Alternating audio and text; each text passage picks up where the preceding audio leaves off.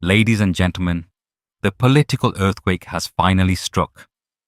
Friedrich Merz, the man who tried so desperately to crawl into Donald Trump's good graces, has failed spectacularly. It wasn't just a simple disagreement, it was a total public execution of his standing. One phone call, one single question, and the entire house of cards came crashing down. Merz flew to Washington with a suitcase full of hopes, thinking he could repair the transatlantic bridge by simply nodding his head to everything Trump demanded. He tried to play the role of the Trump whisperer, especially regarding the Iran conflict, calling the Tehran regime a terrorist regime to win favor. But Trump is not fooled by cheap flattery. He sees Merz for exactly what he is, the hand-picked successor of Angela Merkel, a woman Trump detested with a passion. The irony is staggering. Merz praised Merkel to the heavens during his party conference, a move Trump found absolutely pathetic. While Trump might call Merz a good man to his face, it is a calculated trap. Behind the scenes, Merz is treated like a political sycophant, a lapdog bowing to power while trying to act like a tough leader for the German cameras. But then, Merz made a fatal amateur mistake. He publicly mocked Trump's speaking style in a viral clip, a move so unprofessional it left international observers in shock. Trump's reaction? A cold, calculated silence that signaled the end. While the German media hallucinates about constructive talks, the reality leaking from DC is terrifying. Germany is being treated as a pariah state. Forget everything you've been told by the mainstream media about diplomatic cooperation or strengthening the alliance. Those are fairy tales. The reality leaking out of the West Wing is far more brutal. The mask has officially fallen, and what remains is a raw, uncompromising display of power. While the German press was busy drafting headlines about constructive dialogue, Donald Trump was busy sharpening the blade. This wasn't a meeting of partners. It was a political extortion session that has left the German government in a state of absolute paralysis. The atmosphere in the Oval Office was described by insiders as electric and toxic. Merz, trying to maintain a shred of dignity, attempted to present his vision for a European defense identity within NATO, promising to raise defense spending to the 3% by 2027. To any other president, this would have been a win. To Trump, it was nothing more than diplomatic small talk.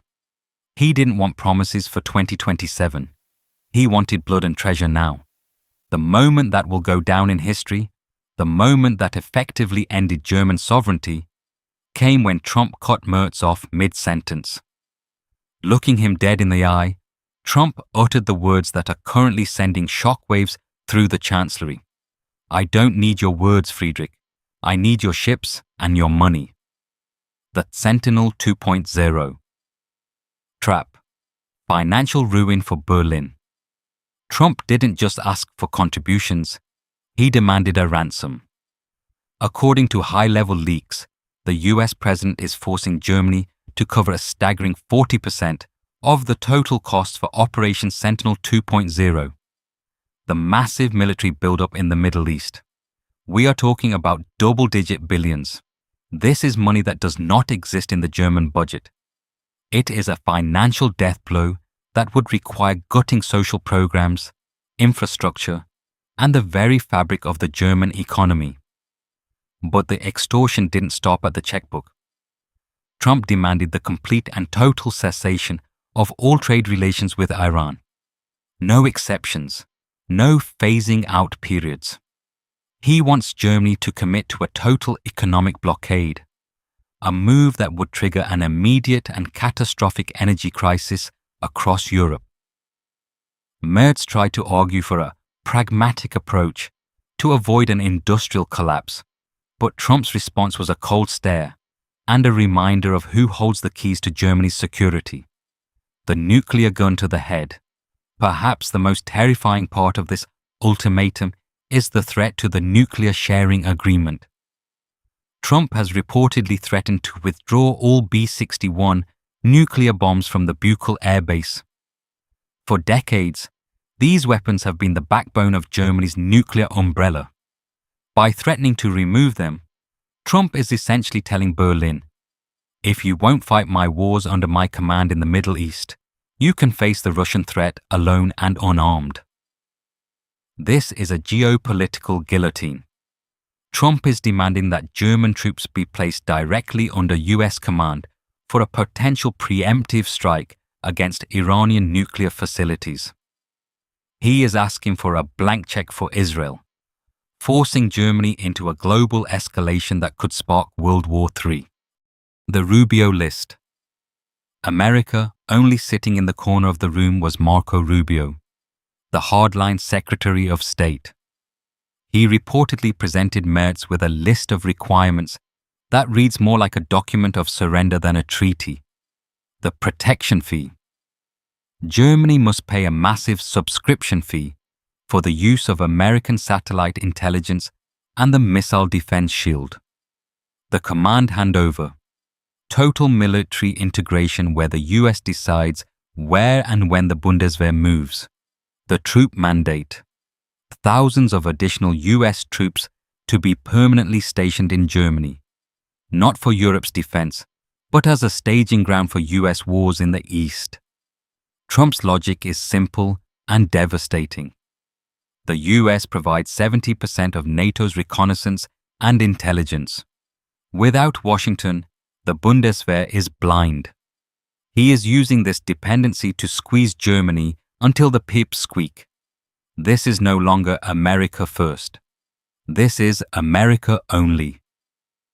Friedrich Merz, the man who wanted to lead Europe, found himself trapped in a room with a president who treats allies like vassals. The pressure was so intense that witnesses say Merz looked visibly blanched and physically drained as the session ended. There was no handshake for the cameras. There was only a list of demands and a ticking clock. Germany is now standing at the edge of a precipice. Does it sacrifice its economic future and its soldiers for a war it doesn't want? Or does it risk a total break with the United States? The golden era of the West is officially over. The silence following the meeting was deafening. No joint press conference, no smiling handshake, and most tellingly, no photo. Friedrich Merz was spotted leaving his hotel in the early hours, looking like a man who had just witnessed his own political funeral, pale, exhausted, and visibly shaken. The self-proclaimed Trump whisperer had been silenced, and the special relationship between Berlin and Washington lay in ruins on the floor of the Oval Office.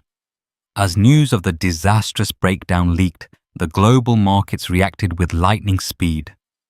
The price of oil surged as traders realized that the diplomatic shield over the Strait of Hormuz was cracking.